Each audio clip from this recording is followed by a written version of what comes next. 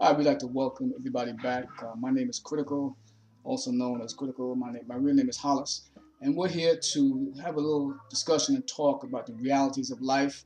And we have three young ladies here with us today, and we're going to be addressing a very important topic that helps us to understand the issues of life. But I want to say, when I was a teenager, if there's one thing or one experience I needed more than anything, was that of a mentor. I grew up in Brooklyn. I have no brothers, four sisters, and I really honestly wanted someone to mentor me. And these three young ladies here, they have been mentored and they are mentoring themselves also. And we're going to talk about a very important topic. Number one, how do you budget your time and your studies? And the next topic we're going to talk about is sexual abstinence, and then we're going to call it a wrap. How do you budget your time, your studies, interpersonal relationships? I balance it out. I usually prioritize, and I take academics first, and then friends usually come after that. Because in the long run, you have to focus on academics, and then your friends can come later. So I tend to balance the two. You have to have a healthy balance because, of course, grades come first, and your friends will always be there. So you have to have a good mix of both. So that's what I think. It depends. I think what they think. All right, excellent. So you agree with your friend. Yeah, it's pretty much the same with me. All right. Next question is, this is a very sensitive topic, and it takes a lot of, a lot of thinking and a lot of reflection. And this topic, straight out, is sexual abstinence. How do you deal, perhaps, with the peer pressure, of refraining, from sexual activities at your school or any place you go? Well, I go to a public school, so most of the girls there, they do a lot of stuff. But like me, I don't get peer pressure easily. That doesn't really come. If it's something that I know is like definitely out of the question, like to me, having sex before marriage is definitely out of the question. Mm-hmm. It's just like, okay, well, I don't do that. It's not worth it because if I do end up with something or a baby, or even if it's just like the emotional thing or whatever, it's not that deep. Like, I just don't think it's that deep. You'd rather wait? I'd rather wait, yeah. Like, it's, especially in high school, you have other things to focus on. You gotta, I think peer pressure isn't gonna like change my opinion or how I feel about the subject. Or my priorities. Yeah, or it's not strong enough. Yeah. My self-pride and the things that my parents told me, like my relationship with God, that definitely overweighs any pressure. So.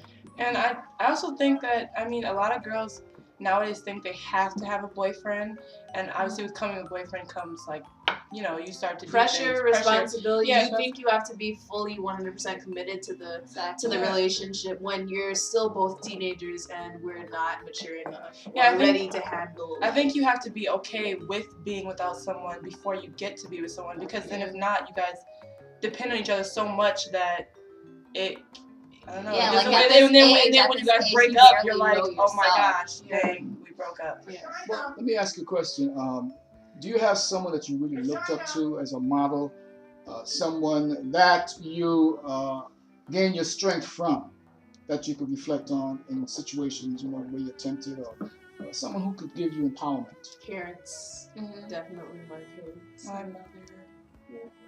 I think my sister has a big part for me, because we were just having a conversation the other day, and she was saying a lot of the stuff that she does it for me. Like, even if I'm not there, it's still in the back of her head.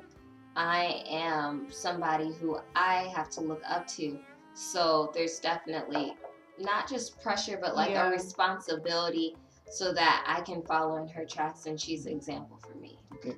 In closing, we're about to wrap it up. I have a very important question for you young ladies. And I grew up with four sisters in the household, no other brothers but me. One boy and four girls, and I learned how to respect my sisters and how to look out for them. Now, let me ask you something.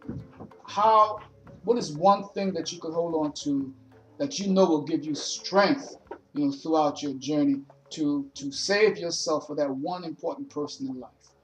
Well, definitely God. If you really, really struggling with it, then you need to take it with God. But to me too, is self-pride. Like, I just have too much pride to let something like that not sway your decision. Sway my decision, like because to me it's just not necessary. It's not something you have to have like before. It's not, and you're most likely gonna get to experience it later. So why not experience it in a better setting? Yeah, I mean like instead of where it's safe and you can still keep your self-worth. And the person is still committed to you afterwards. It's not like just because like if you do it now, like out of marriage, like the person is not obligated to stay with you and help you through any like emotional things that you might have to deal with afterwards. Like if you're married, you're in it together like for the long haul. Like, you have and it just makes it that much better and more special. And besides, since God says that you're supposed to wait till you're married, if you do stuff before, consequences He must have had a reason. He must have had a reason. Consequences come. I mean, he knows why he said what he said. So I mean, I just trust his judgment and my mom's. And yes. Well, you know, you young ladies have really shared some very important points of information to encourage, you know, your own peer, your own contemporaries out there. And you know, you're powerful, beautiful young black women, and I really, you know, wish you the best. And hold on to your treasures, hold on to your journey, hold on to what your parents have taught you, and most of all, hold on to your faith in God.